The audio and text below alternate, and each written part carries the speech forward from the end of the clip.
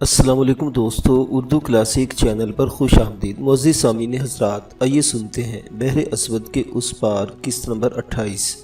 معزز سامعین، آپ سے امید کی جاتی ہے کہ ویڈیو کو لائک کریں اور چینل کو بھی سبسکرائب کر دیں، شکریہ۔ جہاز کی مرمت کا سلسلہ شروع ہوئے آج دوسرا روز بخیر و عافیت گزر گیا تھا۔ کل کی طرح آج بھی تمام مچھیرے غروب آفتاب کے بعد اپنی بستی کی طرف واپس چلے گئے تھے۔ آج الفانسو بہت مطمئن تھا، کل دن میں کسی بھی وقت ان کا جہاز دوبارہ سفر کرنے کے قابل ہو جاتا۔ مستول اور بادباں نصب کیے جا چکے تھے اور چھوٹا موٹا کام باقی رہ گیا تھا۔ صوفیہ بھی اب کلا ڈیوس کی طرف سے پوری طرح مطمئن تھی۔ کلا ڈیوس جب پیار بھری نظروں سے صوفیہ کو تکتا، صوفیہ کے دل کو یقین ہونے لگتا کہ کلا ڈیوس اب ان کے ساتھ کچھ برا نہیں کرے گا۔ وہ کلا ڈیوس کی نظروں کا مطلب خوب سمجھتی تھی۔ کلا ڈیوس اس پر ہزار جان سے فدا ہو رہا تھا۔ حسب معمول رات ہوتے ہی سب سو گئے۔ آج تو صوفیہ بھی گھوڑے بیچ کر سوئی تھی، اور پھر وہی ہوا جس کا کسی کو ڈر نہیں تھا۔ الفانسو اچانک ہڑبڑا کر اٹھ بیٹھا۔ اس کے چاروں طرف مشعل بردار مچھرے ہاتھوں میں ننگی تلواریں لہراتے بھوتوں کی طرح کھڑے اسے گھور رہے تھے۔ الفانسو کی سمجھ میں کچھ نہ آیا کہ آخر یہ کیا ہو رہا ہے۔ وہ سمجھا کہ شاید وہ خواب دیکھ رہا ہے، لیکن جلدی صوفیہ کی چیخ سن کر اسے یقین ہو گیا کہ مچھیروں کی نیت بدل چکی ہے اور وہ بجرت کے بجائے الفانسو کا پورا جہاز ہی ہتھیانے کا فیصلہ کر چکے ہیں۔ مان الفانسو کے کانوں میں لوہے سے لوہا ٹکرانے کی آواز سنائی تھی۔ غالباً شیراز حملہ آوروں کے ساتھ بھیڑ گیا تھا۔ الفانسو نے بھی آنے واحد میں فیصلہ کیا اور بجلی کسی تیزی سے اپنے بستر میں چھپی اپنی شمشیر نکال لی۔ وہ ایک ماہر شمشیر زن تھا، لیکن وہ تلوار نہ چلا سکا۔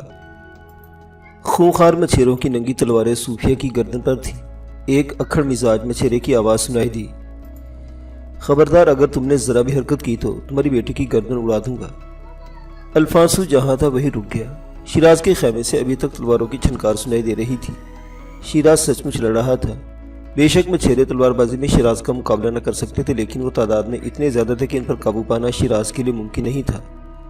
محمود تو نیند میں ہی گرفتار کر لیا گیا تھا، البتہ شیراز کی آنکھ بر وقت کھل گئی اور وہ تلوار سونت کر حملہ آوروں پر پل پڑا، لیکن 15-20 نوجوانوں کے ساتھ بیک وقت لڑنا ان کے بس کی بات نہ تھی۔ اس پر ستم یہ ہوا کہ اس کے تلوار سے ایک امیر مچھیرے کا بیٹا مارا گیا۔ جلدی شیراز کو ہتھیار پھینکنا پڑا، کیونکہ لڑائی میں ایک ایسا لمحہ آ گیا تھا کہ تاتاری نسل کے مچھیروں کی 6-7 تلواریں بیک وقت اس کے جسم کو چھو رہی تھی۔ شیراز ذرا بھی حرکت کرتا تو یہ سب تلواریں اس کے بدن کو چھیل ڈالتی۔ اس نے اپنی شمشیر پھینک دی اور مچھیروں نے سب کو گرفتار کر لیا۔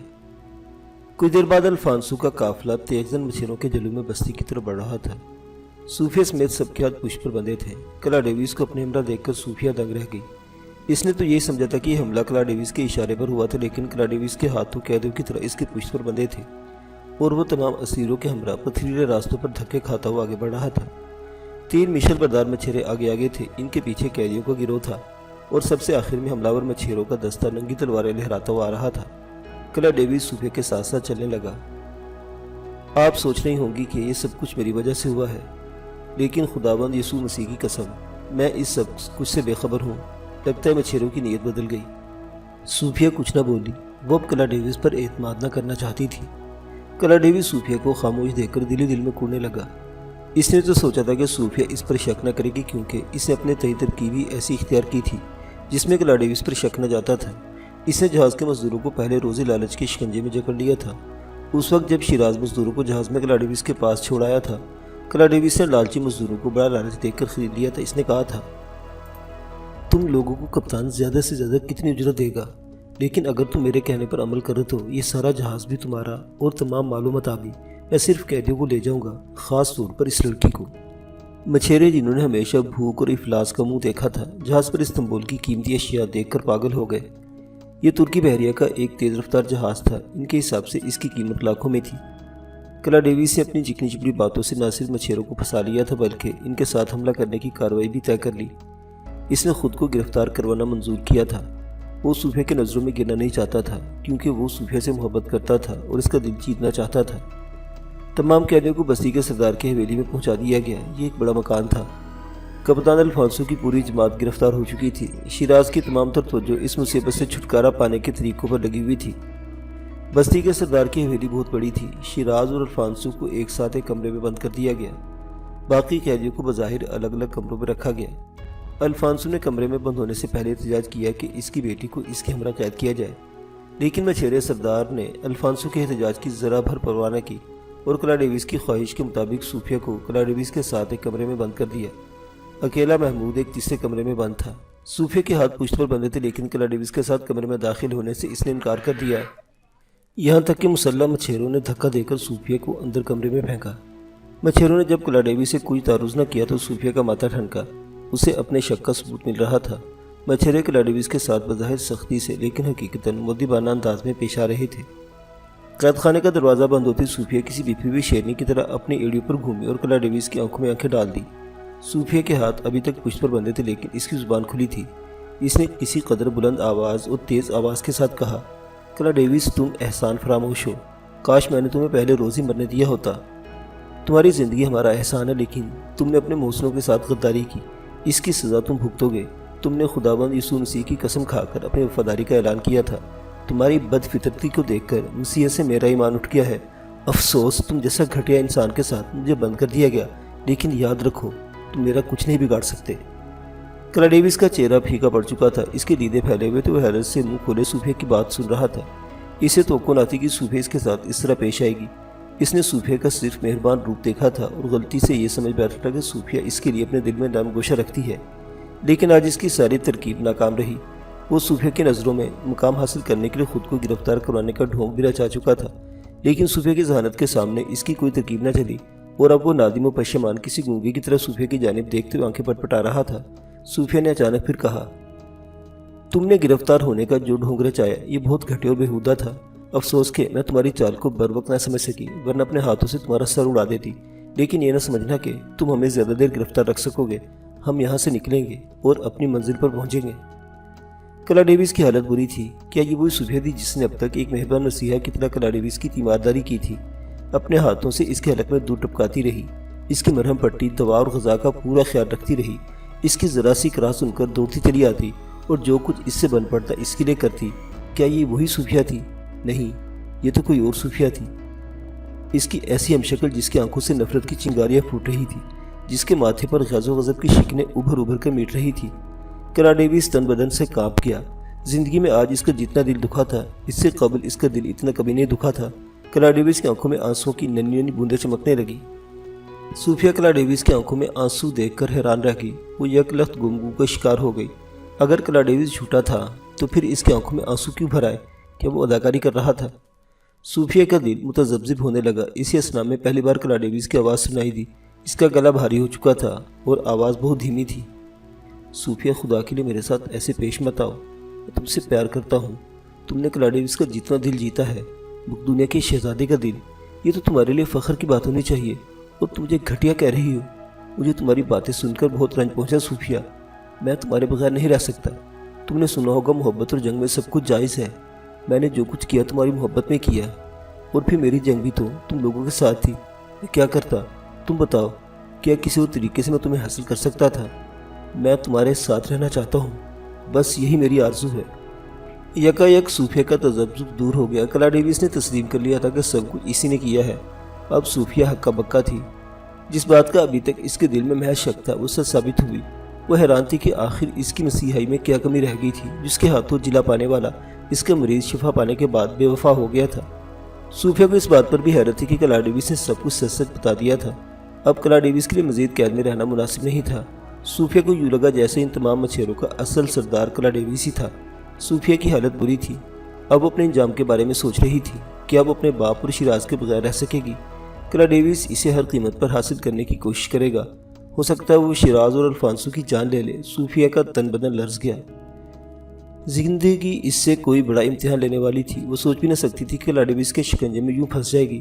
اب جو کچھ بھی کرنا تھا صوفیہ کو کرنا تھا، کیونکہ اگر وہ ذرا سی بھی دیر کرتی تو شاید کلا ڈیوس اسے حاصل کرنے کے اس کے باپ اور شیراز کو مار دیتا۔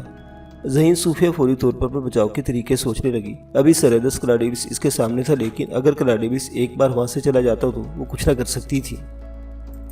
یکایک صوفیہ کا مزاج بدل گیا۔ کلا ڈیوس کی جانب حیرت سے دیکھتے دیکھتے دھیرے دھیرے اس کے ہونٹوں پر ہلکی سی مسکراہٹ نمودار ہوئی۔ حالانکہ آنسو تو صوفیہ کی آنکھوں میں بھی چمک رہے تھے۔ اس نے کمال اداکاری سے کلا ڈیوس کو مخاطب کیا۔ کلا ڈیوس، مجھے معلوم نہیں تھا کہ تم مجھ سے اتنا پیار کرتے ہو۔ میں تمہاری محبت کی قدر کرتی ہوں، لیکن تم خود سوچو، تمہارے لیے میرے دل میں نفرت کیوں نہ پیدا ہوگی؟ تم میرے باپ اور میرے باپ کے منہ بولے بیٹے شیراز کو جان سے مارنا چاہتے ہو۔ تم نے اب تک کتنی بار کوشش کی، تمہیں ہر بار ناکامی ہوئی۔ لیکن کیا میرے دل میں تمہارے لیے محبت پیدا ہوگی؟ میں ابھی تک عیسائی مذہب پر قائم ہوں، شیراز مسلمان ہے، بے شک میں اسے چاہتی ہوں، لیکن مذہب کے فرق کی وجہ سے شاید ہم ایک دوسرے کو اپنا نہیں سکتے۔ تم عیسائی ہو، میں تمہارا ساتھ دے سکتی ہوں، لیکن کیا مجھے جیتنے کا یہ طریقہ ہے جو تم نے اپنایا؟ اس طرح تو تم کچھ بھی حاصل نہیں کر پاؤ گے۔ تمہیں میرا جسم بھی ملا تو مردہ حالت میں ملے گا۔ اگر تم مجھے جیتنا چاہتے تو فوراً سے پہلے مجھے میرے ساتھیوں کو آزاد کر دو۔ میں وعدہ کرتی ہوں اب بھی خاموش رہوں گی اور اپنے باپ یا شیراز کو تمہاری اصلیت نہیں بتاؤں گی۔ کیا تم ایسا کر سکتے ہو؟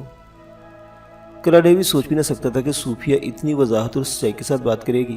اس کی آنکھیں ابھی تک حیرت سے پھیلی ہوئی تھی۔ صوفیہ کا نیا رویہ دیکھ کر وہ سٹپٹا گیا کہ اب کرے اور کیا نہ کرے۔ یہ محبت بھی عجیب چیز تھی، اسے اب سے پہلے اس کا کوئی تجربہ نہیں تھا۔ صوفیہ کی زبان سے اپنے نرم بات اور اس کے ہونٹوں پر مسکراہٹ دیکھ کر کلاڈیوس ڈگمگا گیا اور ڈرے ڈرے لہجے میں کہنے لگا، میں تمہاری بات مان تو لوں، لیکن مجھے ڈر لگتا ہے کہ کہیں تم مجھے۔ اس سے آگے کلاڈیوس کچھ نہ کہہ سکا، لیکن صوفیہ سمجھ گئی کہ وہ کیا کہنے والا تھا۔ لیکن صوفیہ نے فوراً کہا، کلاڈیوس دھوکہ تم نے دیا ہے۔ تم اگر پہلے ہی سے اپنے دل کا حال مجھے بتا دیتے تو تب بھی میں شاید یہی فیصلہ کرتی۔ تم گھبراؤ مت، میں تمہیں دھوکہ نہیں دوں گی۔ تم ہمیں رہا کر دو، میں اپنی مرضی سے تمہارا ساتھ دینے کو تیار ہوں، لیکن میری یہی ایک شرط ہے کہ میرے باقی ساتھیوں کو جانے دو۔ کلاڈیوس کو اپنے کانوں پر یقین آ رہا تھا، لیکن وہ کیا کرتا؟ صوفیہ کی بات ماننے بغیر بھی تو چارہ نہیں تھا۔ وہ اگر صوفیہ کی بات نہ مانتا تو اس کے لیے صرف اس کی نفرت تھی۔ وہ صوفیہ کا نفرت بھرا روپ دیکھ چکا تھا۔ اب کلاڈیوس متذبذب ہو گیا۔ اس سے پہلے کوئی بات نہ بن رہی تھی۔ وہ کچھ دیر خاموش کھڑا رہا، صوفیہ کا چہرہ دیکھتا رہا۔ اس نے سوچ میں گم اپنا چہرہ دائیں بائیں گھمایا اور پھر سر کو ایک جھٹکا دیتے ہوئے گویا وہ کسی نتیجے پر پہنچ گیا۔ اگلے لمحے کلاڈیوس کا رخ دروازے کی جانب تھا اور وہ بآواز بلند کسی مچھیرے کو نام لے کر پکار رہا تھا۔ چند لمحہ دروازہ دھڑدھڑاتے رہا، کسی کو پکارتا رہا، یہاں تک کہ دروازے کے باہر قدموں کی چاپ سنائی دی اور پھر کچھ دیر بعد ہی کمرے کا دروازہ کھل گیا۔ سامنے 2-3 مسلح شخص کھڑے تھے۔ بستی کا سردار ان کے بیچوں بیچ تھا۔ یہ ایک دراز قد مچھیرا تھا جس کے جسم پر باقی مچھیروں کی نسبت عمدہ لباس تھا۔ سردار مچھیرے نے کلاڈیوس کی جانب دیکھتے سوالی انداز سے اپنے سر کو اوپر کی طرف جھٹکا دیتے ہوئے بھویں اچکائیں۔ کیا بات ہے؟ کیوں شور مچا رہے ہو؟ کیا چاہتے ہو؟ زوبن، میرے ہاتھ کھول دو، میرا کام ہو چکا ہے، اب باقی باتیں باہر چل کر کرتے ہیں۔ کلاڈیوس کا انداز دوستانہ تھا، بالکل ایسے جیسے سردار مچھیرا اس کا پرانا شناسہ ہو، لیکن شاید آنے والا لمحہ کلاڈیوس کی توقع کے بھی عین خلاف تھا۔ سردار مچھیرے، زوبن نے کلاڈیوس کی آنکھوں میں آنکھیں ڈالتے ہوئے جواب دیا، کون سا کام اور تمہارے ہاتھ کس خوشی میں کھولو؟ تم سب میرے قیدی ہو اور تمہارا جہاز میری ملکیت ہے۔ مجھے پتہ چل چکا ہے کہ تم سب مسلمان ہو۔ میں روسی سرحدات میں شہنشاہ پیٹر اعظم کے تحفظات کا رکھوالا ہوں۔ اب تم سب کو سینٹ پیٹرز برگ کے دربار میں پابند زنجیر بھیجا جائے گا۔ تم میں سے کسی کو رہائی نہیں مل سکتی، تمہیں بھی نہیں۔ کلاڈیوس اپنی جگہ ناچ کر رہ گیا۔ یہ کیا؟ ساری گنگا الٹی بہنے لگی تھی۔ صوفیہ کے سامنے اس کا بھانڈا بھی پھوٹ گیا اور سردار مچھیرے نے بھی اسے رہا کرنے سے انکار کر دیا۔ نہ ادھر کے نہ ادھر کے۔ کلاڈیوس کی حالت دیکھنے والی تھی۔ وہ حلق کے بل دھاڑا، نہیں ہوں میں مسلمان۔ تم جانتے نہیں میں کون ہوں؟ میں شہنشاہ پیٹر اعظم کا خاص کارندہ ہوں۔ میری عیسائیبہ مقدونیہ کی ملکہ رہ چکی ہے۔ تمہیں جرت کیسے میرے ساتھ دھوکہ کرنے کی؟ تم مجھے زنجیریں پہنا کر پیٹر اعظم کے دربار میں لے جاؤ، پھر دیکھو وہ تمہارا کیا حشر کرتا ہے۔ تمہیں جہاز کی تلاشی لیتے ہوئے پتہ چلا کہ ہم مسلمان ہیں۔ ہاں یہ سچ ہے کہ وہ جہاز عثمانی فوج کا ہے، لیکن اس کے تمام سوار مسلمان نہیں۔ کپتان الفانسو اور صوفیہ وینس کے عیسائی باشندے ہیں، اور میں اپنے بارے میں تمہیں بتا چکا ہوں۔ میرا جہاز تباہ ہو گیا تھا اور ان لوگوں نے مجھے پناہ دی۔ تم فوراً میرے ہاتھ کھول دو ورنہ اچھا نہیں ہوگا۔ کلاڈیوس کی بات ختم ہوئی تھی کہ سردار مچھیرے کا ہاتھ گھوم گیا۔ چٹاخ کی ایک زوردار آواز کے ساتھ سردار مچھیرے زوبن کا دایاں ہاتھ کلاڈیوس کے گال پر پڑا۔ ابھی پہلے تھپڑ کی گونج ختم ہوئی تھی کہ زوبن نے دوسرا تھپڑ کلاڈیوس کو جڑ دیا اور ساتھ ہی کہا، اب تم پیٹر اعظم کے کارندے تو کیا خود پیٹر اعظم ہو، تب بھی سردار زوبن تمہیں نہیں چھوڑے گا۔ تم عثمانی بیڑے کا جہاز ہم سے مرمت کرواتے رہے، ہم سے، ہم جو عثمانی جہازوں کو تباہ کرنے کے لیے ہم وقت تیار رہتے ہیں۔ اب تمہیں جو کچھ کہنا ہے پیٹر اعظم کے سامنے ہی کہنا۔ اتنا کہہ کر سردار مچھیرے نے اپنے آدمیوں کی طرف دیکھ کر انہیں حکم دیا، اس کو لے جا کر اس کمرے میں بند کر دو جہاں اکیلے شخص کو قید کیا گیا ہے، اور اس لڑکی کو اس کے باپ اور بھائی کے ساتھ قید کر دو۔ سردار زوبن غالباً شیراز کو الفانسو کا بیٹا سمجھ رہا تھا۔ یہی وجہ تھی کہ اس نے شیراز کو صوفیہ کا بھائی بتایا۔ زوبن کے آدمی نے حکم کی تعمیل کرتے ہوئے دیر نہ لگائی۔ چند لمحے بعد صوفیہ الفانسو اور شیراز کے پاس تھی، جبکہ کلاڈیوس محمود کے ساتھ کمرے میں بند اپنے کیے پر پچھتا رہا تھا۔ مچھیرے سردار زوبن نے صوفیہ کے سامنے اس کی تذلیل کر کے اچھا نہ کیا تھا۔ اسے بے پناہ خفت محسوس ہو رہی تھی۔ زندگی میں اتنی بڑی ذلت کا سامنا اس نے پہلے کبھی نہ کیا تھا۔ وہ کمرے میں بند ہونے کے بعد تک محمود کے ساتھ کچھ نہ بولا اور ایک دیوار کے ساتھ اوٹ لگا کر بیٹھ گیا۔ اس کی آنکھیں غیظ و غضب سے شعلے اگل رہی تھی۔ اس کا بس چلتا تو وہ مچھیرے سردار زوبن کو کچا چبا جاتا۔ صوفیہ کے سامنے اس کے چہرے پر 2 تھپڑ پڑے تھے۔ یہ گویا اس کی بہت بڑی تذلیل اور بے عزتی تھی۔ صوفیہ کے عشق میں دیوانہ کلا ڈیوس غم و غصے سے پیچ و تاب کھانے لگا۔ الفانسو اور شیراز نے صوفیہ کو دیکھا تو ان کے سینے سے اطمینان کی سانس نکلی۔ صوفیہ دوڑ کر اپنے باپ کے سینے سے جا لگی، لیکن وہ خاموش تھی۔ شیراز بھی اٹھ کر کھڑا ہوا تھا اور صوفیہ کے نزدیک آ گیا تھا۔ مان الفانسو کی آواز گونجی، شکر ہے تم آ گئی بیٹی۔ اس کا مطلب ہے کہ مچھیرا سردار اتنا نیچے جتنا میں اسے سمجھ رہا تھا، لیکن اس نے تمہارے ساتھ کیا سلوک کیا؟ تم اب تک کہاں تھی؟ مچھیروں نے تمہیں کوئی تکلیف تو نہیں پہنچائی؟ نہیں، مجھے رافیل کے ساتھ بند کر دیا گیا تھا، نہ جانے کیوں۔ پھر میرے احتجاج کرنے پر مجھے یہاں بھیج دیا گیا۔ یکایک شیراز کا چہرہ یوں بن گیا جیسے اس نے کڑوی گولی نکلی ہو۔ وہ بڑی تلخی سے بولا، تمہیں کیا ہو گیا صوفیہ؟ تم اب بھی اسے رافیل کہتی ہو، حالانکہ کپتان صاحب اور میں یہ اچھی طرح جان گئے ہیں کہ وہ رافیل نہیں بلکہ کلاڈیوس ہے۔ میں نے پہلے روز ہی اس کے دونوں کندھوں پر گہرے زخموں کے نشانات دیکھ کر اسے پہچان لیا تھا۔ وہ دونوں تیر تم نے خود ہی چلائے تھے۔ صوفیہ یکلخت آنکھیں پھاڑے شیراز کی جانب دیکھنے لگی۔ شیراز کا لہجہ زندگی میں پہلی مرتبہ اسے اپنائیت سے خالی محسوس ہوا۔ صوفیہ کے چہرے پر دکھ کی لہر پھیل گئی۔ کیا شیراز اب تک اس پر شک کر رہا تھا؟ کیا وہ یہ سمجھ رہا تھا کہ میں کلاڈیوس میں دلچسپی لیتی ہوں؟ صوفیہ کام کر رہ گئی۔ وہ شیراز سے بے پناہ پیار کرتی تھی۔ شیراز کے لہجے میں اس طرح کی غیریت اسے بالکل اچھی نہ لگی۔ اس کی آنکھوں میں آنسو موڑ آئے۔ اسی اثنا میں الفانسو نے کہا، بیٹی ہمیں معلوم تھا کہ وہ کلاڈیوس ہے۔ میں تمہیں بتانا چاہتا تھا کہ ہمیں اس کی اصلیت معلوم ہے، لیکن شیراز نے مجھے منع کر دیا۔ تمہیں یاد ہے ہم جب جزیرے پر آئے تھے تو محمود کو اس کے پاس چھوڑ کر آئے تھے۔ میں تمہیں بتا دیتا، لیکن شیراز نے مجھے بار بار منع کیا۔ اس کا خیال تھا کہ تم اپنے تئیں جو کر رہی ہو ٹھیک کر رہی ہو۔ ہم تمہاری خوشی کے لیے چپ رہے، لیکن ہم سوچ بھی نہ سکتے تھے کہ کلاڈیوس مزدوروں کے ساتھ مل کر ساز باز کر لے گا۔ تم نے تو ایک رات جاگ کر پہرا دیا۔ میں ہر رات جاگا ہوں، لیکن بدقسمتی سے صرف آج رات میری آنکھ لگ گئی۔ اب تو سب کچھ کھل چکا ہے۔ شیراز ٹھیک کہتا ہے۔ اب تم اسے رافیل مت کہو، وہ کلاڈیوس ہے اور یہ سب اسی کا کیا دھرا ہے۔ اپنے آپ کو ایک ذہین اور فطین انسان سمجھنے والی صوفیہ الفانسو اور شیراز کے عمل پر دنگ رہ گئی۔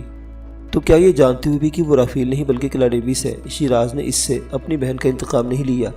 کیا شیراز محض اس لیے چپ رہا کہ وہ صوفیہ کا اعتماد نہیں توڑنا چاہتا؟ صوفیہ کی آنکھوں میں شیراز کے لیے محبت کے دیے جگمگانے لگے۔ اس کی آنکھوں سے آنسو ٹپ ٹپ گرنا شروع ہو گئے۔ اس نے روتے ہوئے پوچھا، شیراز کیا تم مجھ سے خفا ہو؟ مجھے معاف کر دو، میں نے تمہاری دشمن کی زندگی بچائی۔ دراصل شیراز سے رہا نہ گیا۔ اب اس کی کیفیت بھی جذباتی ہو رہی تھی۔ اسے صوفیہ کا جملہ درمیان میں کاٹ دیا اور محبت سے لبریز لہجے میں بولا، نہیں، تمہیں معافی مانگنے کی کوئی ضرورت نہیں۔ تم نے سوچ کیسے لیا تھا کہ میں ایک زخمی اور بے بس انسان کو قتل کروں گا؟ میرے جذبات بھی وہی تھے جو تمہارے تھے۔ تم جانتی ہو کہ ہمارے ذہنوں کی یہی ہم آہنگی ہے، ہم ایک دوسرے کے نزدیک لائی ہے۔ شیراز کے ہاتھ پشت پر بندھے تھے، ورنہ وہ آگے بڑھ کر صوفیہ کو گلے سے لگا لیتا۔ کچھ ہی دیر بعد تینوں مسکرا رہے تھے اور صوفیہ فرش پر ان کے نزدیک بیٹھی انہیں کلاڈیوس اور مچھیرے سردار کے درمیان پیش آنے والے واقعے کی تفصیل بتا رہی تھی۔ کلاڈیوس ابھی تک غیظ و غضب میں پاگل ہو رہا تھا۔ اسے ہر طرف سے منہ کی کھانی پڑی تھی۔ مچھیرے سردار زوبن نے کلاڈیوس کو دھوکہ دیا تھا اور خود سر کلاڈیوس اس زیادتی کو کسی قیمت پر برداشت نہیں کر سکتا تھا۔ اب وہ یہاں سے نکلنا چاہتا تھا، لیکن اس کے ہاتھ اس کی پشت پر بندھے تھے، جنہیں کھولنا نہ اس کے بس کی بات تھی، نہ اس کے ساتھی محمود کے بس کی۔ لیکن یہ کرشمہ شیراز اور الفانسو نے کر دکھایا۔ وہ ایک دوسرے کی طرف پشت کیے اس طرح کھڑے ہو گئے کہ پشت پر بندھے ان کے ہاتھ ایک دوسرے کے ہاتھوں کو چھونے لگے۔ سب سے پہلے کپتان الفانسو نے اپنی انگلیوں سے ٹٹول کر شیراز کی کلائی پر بندھی رسی کا سرا تلاش کیا، اور پھر خاصی مشقت کے بعد وہ شیراز کی رسیاں کھولنے میں کامیاب ہو گیا۔ چند ثانیوں بعد وہ تینوں رسیوں کی گرفت سے آزاد تھے، لیکن کلاڈیوس ابھی تک اپنے ہاتھ کھولنے میں ناکام رہا تھا۔ محمود اور کلاڈیوس ایک ہی کمرے میں ہونے کے باوجود ایک دوسرے سے کوئی بات نہ کر رہے تھے۔ دراصل محمود خود خاموش تھا۔ وہ دھیرے دھیرے میں کلاڈیوس سے نفرت کرنے لگا تھا، کیونکہ اسے بھی شک تھا کہ کلاڈیوس نے ہی ان کے ساتھ دھوکہ کیا۔ یہی وجہ تھی کہ دونوں الگ الگ بیٹھے اپنی اپنی جگہ پر رہائی پانے کے طریقوں پر غور کر رہے تھے۔